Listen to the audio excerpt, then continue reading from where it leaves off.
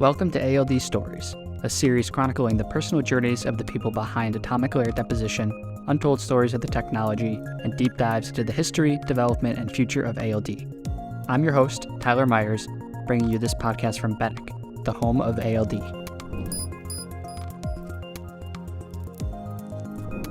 Over the years, we have seen ALD evolve to enable new applications, each adding to the growing list of acronyms newcomers to the field must familiarize themselves with. It has time and time again shown its versatility as a thin film growth technique for improving material properties and device performance across numerous application areas.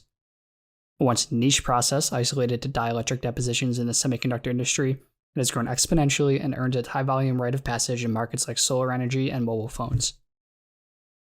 We all know the quintessential model of TMA and water to deposit alumina, and we've probably marveled at the deposition of difficult materials, things like gold. But we need to really take stock of the workhorses behind ALD, the bedrock of our field without which ALD could not become the technique it is today, the ALD Reactor. And the story of how ALD evolved is one of great interest and has many tales and can be viewed from a myriad of lenses. One way we often think about the progress of ALD is from the process perspective, but each milestone marked from a process point of view was accompanied by a corresponding leap in reactor design. So for this ALD deep dive, let's take a look at the evolution of ALD from the perspective of the reactor. What kind of ALD tools did we start from? How did they evolve over time? And what does the equipment landscape look like today?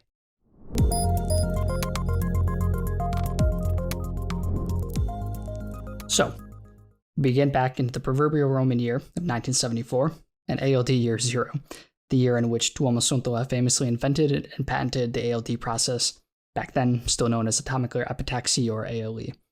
So the reactor that Suntola conceived to execute the ALE process was pretty simple, but elegant enough that we still use many of the same concepts today.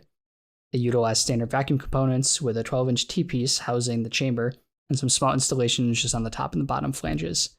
For some really nice photos of the reactors, these are from Suntola's private collection. You can find them in Riikka Purunen's A Short History of Atomic Layer Deposition that we've cited here. Now, in the reactor, there was a carousel that was holding the substrates that rotated them to expose their surfaces to evaporated sources of elemental zinc and sulfur. These sources were stationary, and the substrate was moved through these vapor zones at a frequency of about 120 RPM or 2 ALD cycles per second. Now, does this sound familiar to you? It certainly should, and maybe it will come as a surprise to you as it did to me that the very first ALD reactor was actually utilizing concepts we refer to now as spatial ALD, which is something we will get to a bit later. But not only did the reactor operate spatially, but windows in the top flange allowed a spectrophotometer to measure interference patterns on the film, showcasing in situ monitoring abilities, which is a metrological feature that is still quite important today for many of today's reactors. While Suntola and the reactor were successful in depositing zinc sulfide films, and also gave us our first look at both the self-limiting nature of ALD and the first demonstration that ALD does not in fact grow a monolayer at a time.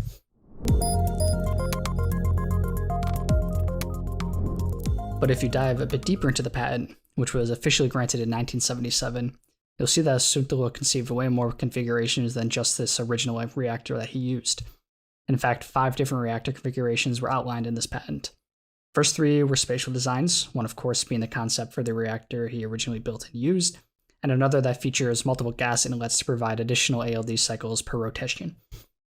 However, we then get the schematics for the temporal ALD designs, something where the substrate is stationary and separation of reactants is achieved via valving.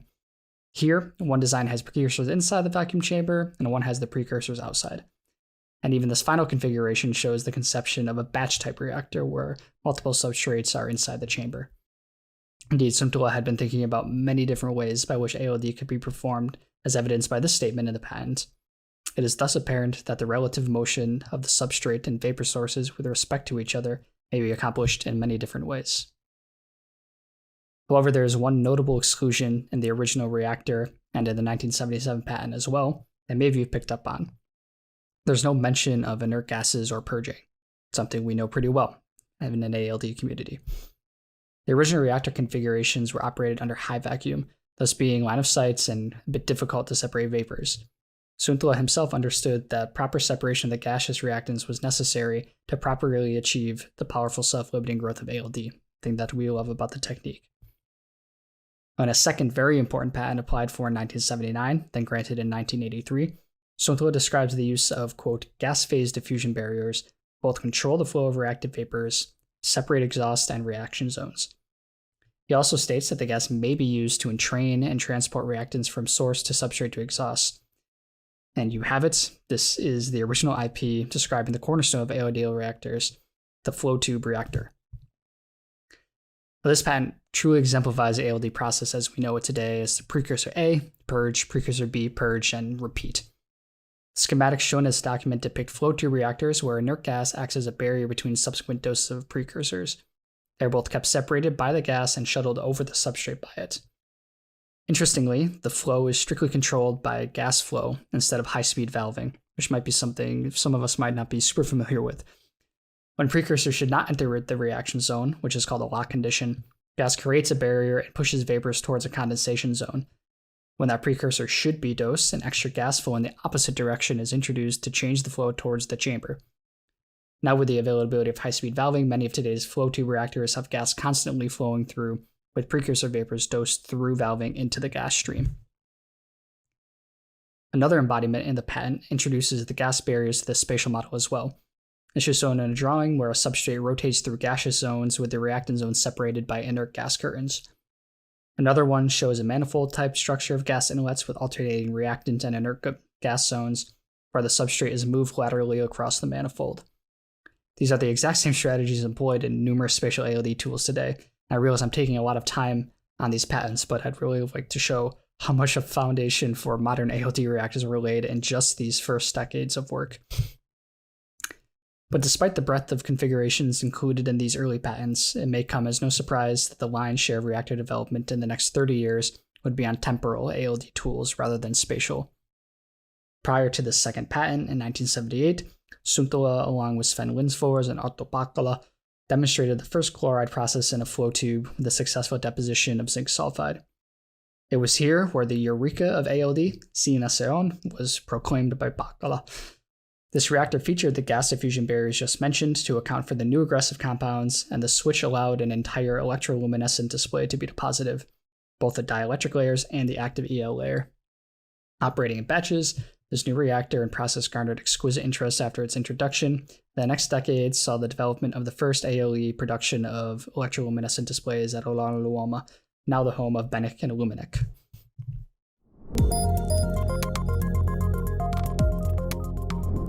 Until the late 1980s, the production reactors at Olaoluoma were the only existing ALD tools. As explained again in a short history of atomic layer deposition, the new subsidiary of Neste, Microchemistry, was then tasked with researching ALD for use in photovoltaics and catalysis. However, the EL reactors were a bit too large, a bit too slow for research scale work. Thus, Suntola and Lindfors conceived what would become the very first commercial ALD reactor, the Microchemistry F120. The F120 was also a flow-type reactor, optimized to be very precursor efficient. It features the same inert gas valving as the original flow tube reactor, and sample holders with very small grooves that distribute the gases over the substrate. Now, the tool worked extremely well for developing ALD processes and proved to be super robust.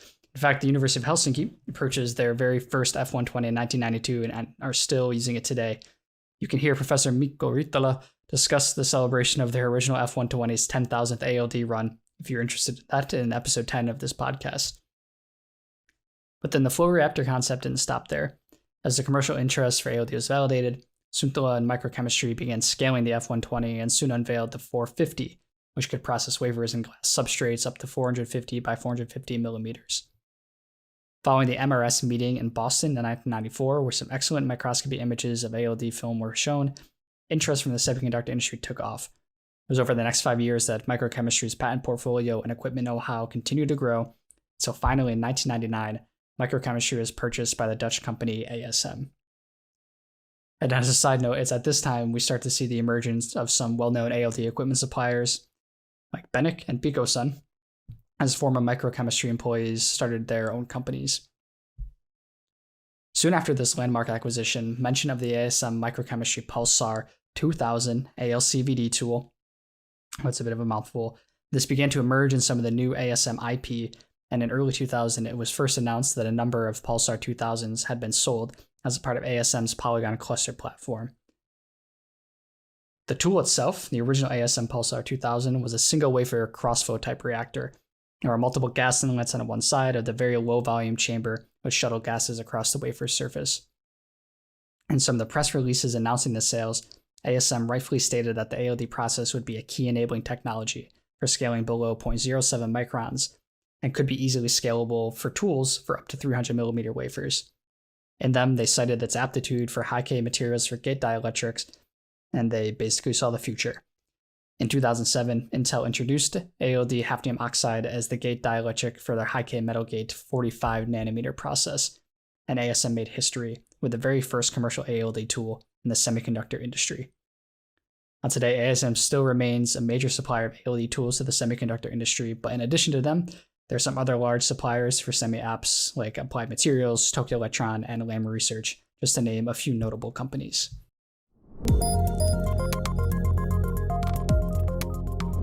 Only 5 years after this landmark acquisition of microchemistry by ASM, there was another, much less discussed acquisition.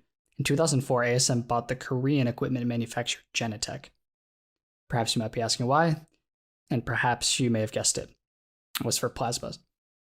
So despite ALD having been going strong for about 25 years by the time of microchemistry's acquisition, the use of plasma in the process remained relatively unexplored, even throughout the 90s. The first paper on the process was from Philips Semiconductor, was only published in 1991 on gallium arsenide atomic layer epitaxy, with the first patent following from ASM in 1996, describing a flow tube reactor employing an RF plasma to create radicals. From an equipment perspective, the timeline for the development of different plasma systems is quite interesting. Much of the early work on PE ALD was done using what we would call radical-enhanced ALD, and this configuration of plasma generated some distance from the reactor, and excited species are then transported to the substrate to enhance the reactivity. This was essentially the strategy that was used for the Philips gallium arsenide paper, and also the subject of Arthur Sherman's patent for ASM.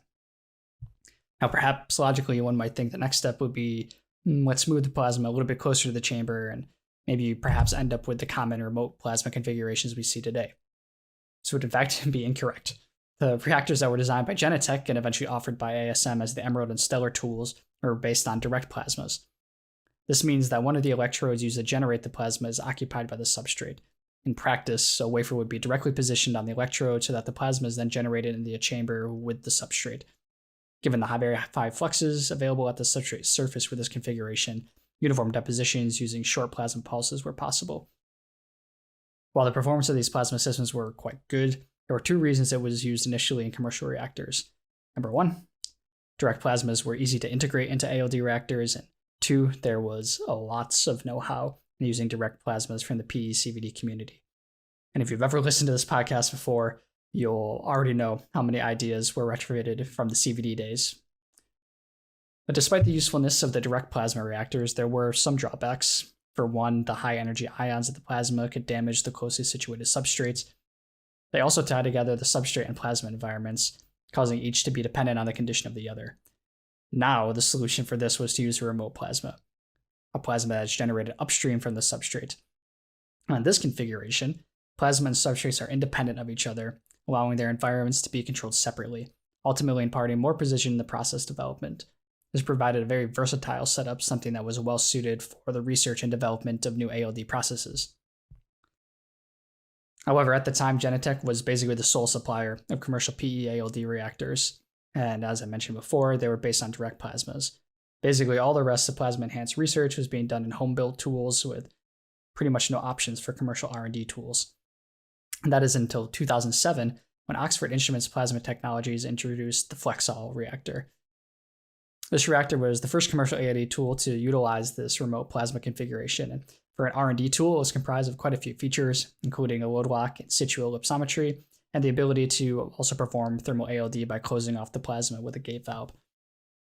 The new reactor was showcased in two publications from TU Eindhoven, one regarding the deposition of titanium nitride and hafnium oxide, and another on the deposition of alumina. The former gives a nice rundown of the reactor, and it should come as no surprise its debut was in TU Eindhoven publication. Oxford Instruments Plasma Technology and TU Eindhoven have had a very close relationship surrounding the development of plasma ALD since Oxford became interested in the 2000s. And still, the two entities work very closely today. And you could hear more about this collaboration in episode 23 of the podcast with Harm Knopes, where he discusses his dual role at the two institutions. Now, with PEALD on the market, this allowed for the deposition of a bunch of new materials for which no thermal ALD process existed, like tantalum and titanium metals for trench barrier applications. It also enabled low temperature depositions, something that was important early on for patterning applications when a sensitive organic photoresist was present. Now, today, plasma capabilities are pretty much a standard offering for most ALD equipment suppliers, or maybe they'll come as an upgrade. Now, at the same time, in the mid-2000s, the growth of another branch of the ALD reactor family tree was developing, this time across the Atlantic in the United States at my doctoral alma mater, University of Colorado Boulder. It was here where we see the beginnings of powder ALD development. It first began with an ALD talk by Stephen George in 1997, where he was discussing a new US Navy project to coat ship hulls. This lecture was attended by another professor, Alan Weimer, who was very well known for his work on particle processing. Thus, the two began a very lucrative collaboration, without going into too much detail, which resulted in numerous patents on coating particles with ALD, the first having a priority in 2000, and others ranging from the general coating of particles to more specific applications like dental composite fillers. But very interestingly, the two of them never patented any equipment configurations for the process, at least not together. So how did they execute the particle coatings? The first instances were not performed how you might believe. Early particle ALD experiments at CU Boulder were actually done by pressing particles into a tungsten grid, which was used as part of an in situ IR experiment. While it showed individual particles could be coated with conformal films, it was of course not a very scalable process. The next iteration of powder ALD equipment came with the advent of the ALD fluidized bed reactor. Now again, as one could imagine, not too long before the paper describing the ALD FBR from Weimer and George, the CVD community was already exploring FBRs to coat particles. In any case, the operation of the FBR is quite simple. A bed of powder, or nitride in this case, is added into a cylindrical reactor. Then an inert gas flow is initiated to fluidize the powder, essentially moving gas in between every particle, so in this case you can access the entire surface area of the powder, prevention of aggregation, and subsequently more conformal coatings. Now, if you're interested in the process of fluidization, at least from an ALD perspective, this paper goes into some really nice detail about the physics of the fluidization. The experiments themselves were quite successful in the new FBR, with some really excellent TEM imagery to prove so. However, there was one drawback of the FBR approach, and it's actually about the entire way it operates.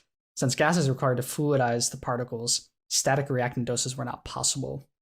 Now, if you're not familiar with static doses, a static dose is when a precursor is introduced in the chamber and it's allowed to stay in the chamber for a certain period of time instead of going to the vacuum. Essentially, you cut the vacuum off and you allow it to sit in the reaction chamber with the sample. Now, this strategy allows diffusion to take place, and for particles, more time to coat the high surface area and overcome potentially low sticking coefficients. So after a few years of using FBRs, the team at CU Boulder then introduced the rotary reactor in 2007. The rotary reactor sought to overcome the challenges presented by coating large quantities of particles in the FBRs. In this configuration, powders were loaded into a cylindrical drum that had porous metal walls. The cylinder was attached to a magnetically coupled rotary feed-through, which was rotated the cylinder to agitate the particles. Basically, by optimizing the rotation speed, particles would experience what they call a continuous avalanche effect. Basically, they're falling up to the top of the cylinder and then falling back down. The porous walls of the cylinder allowed the flow of precursors into the drum, as well as the purge gases.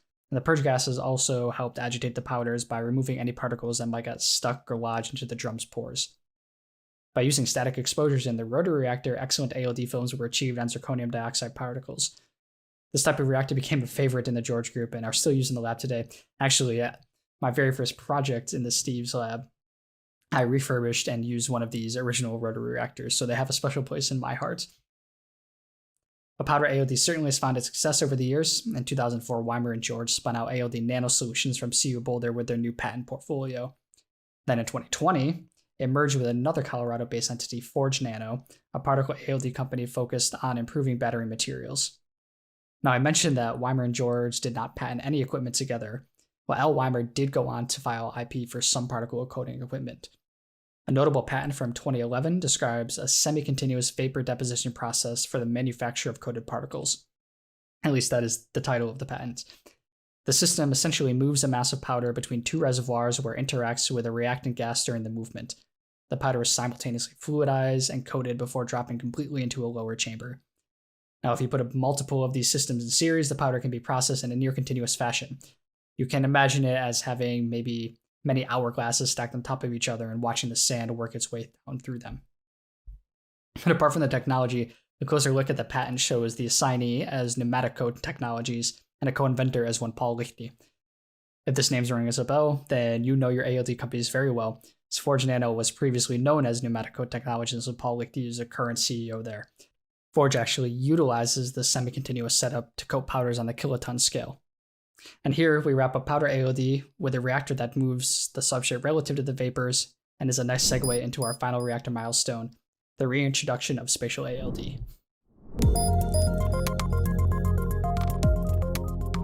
The reintroduction of spatial ALD takes place back in 2008 with a landmark paper by David Levy at Eastman Kodak. Now, for some context, we call this period the reintroduction because Suntola's first reactor did in fact operate in a spatial fashion.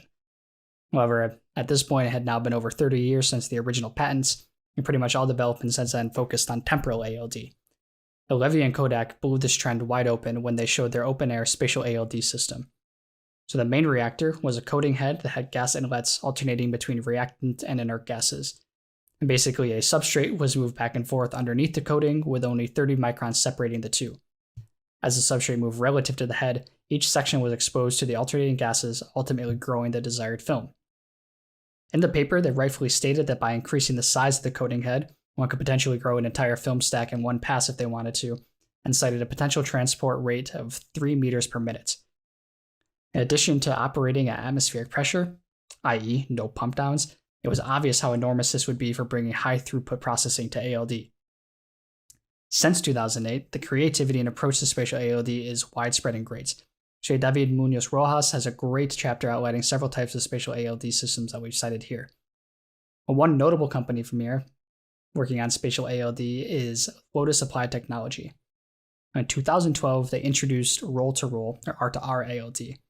Now, this is a great configuration. It's essentially a web that winds up and down through a series of precursor zones.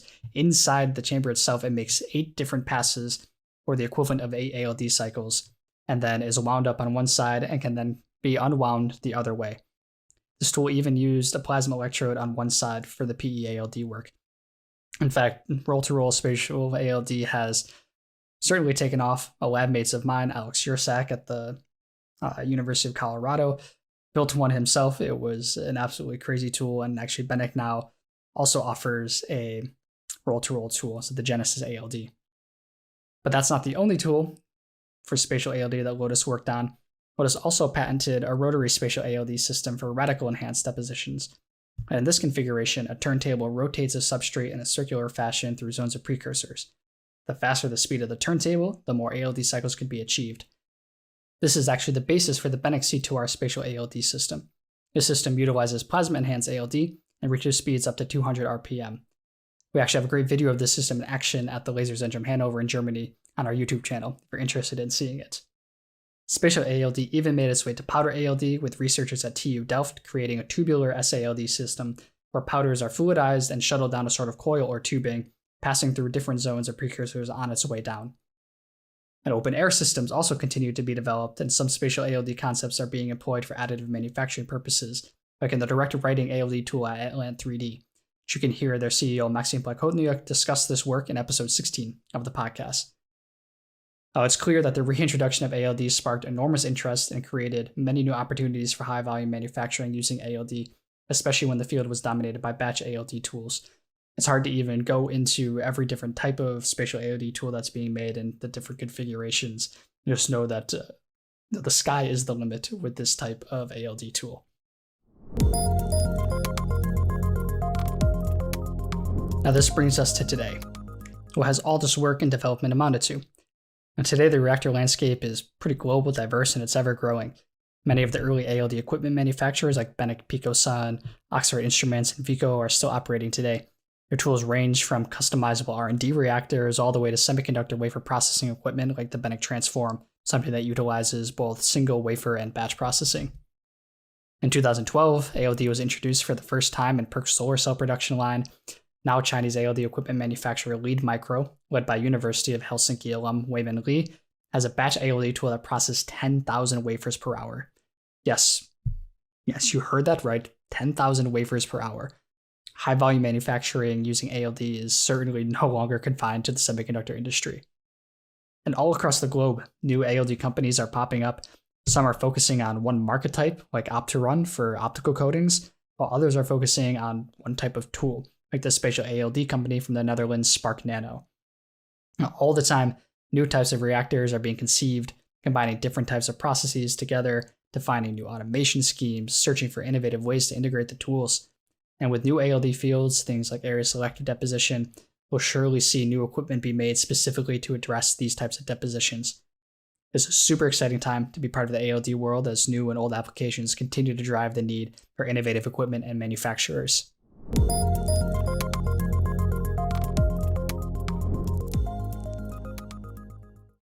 And to conclude this journey through the evolution of the ALD reactor, I'd actually like to make a point about the personal aspect of ALD tools.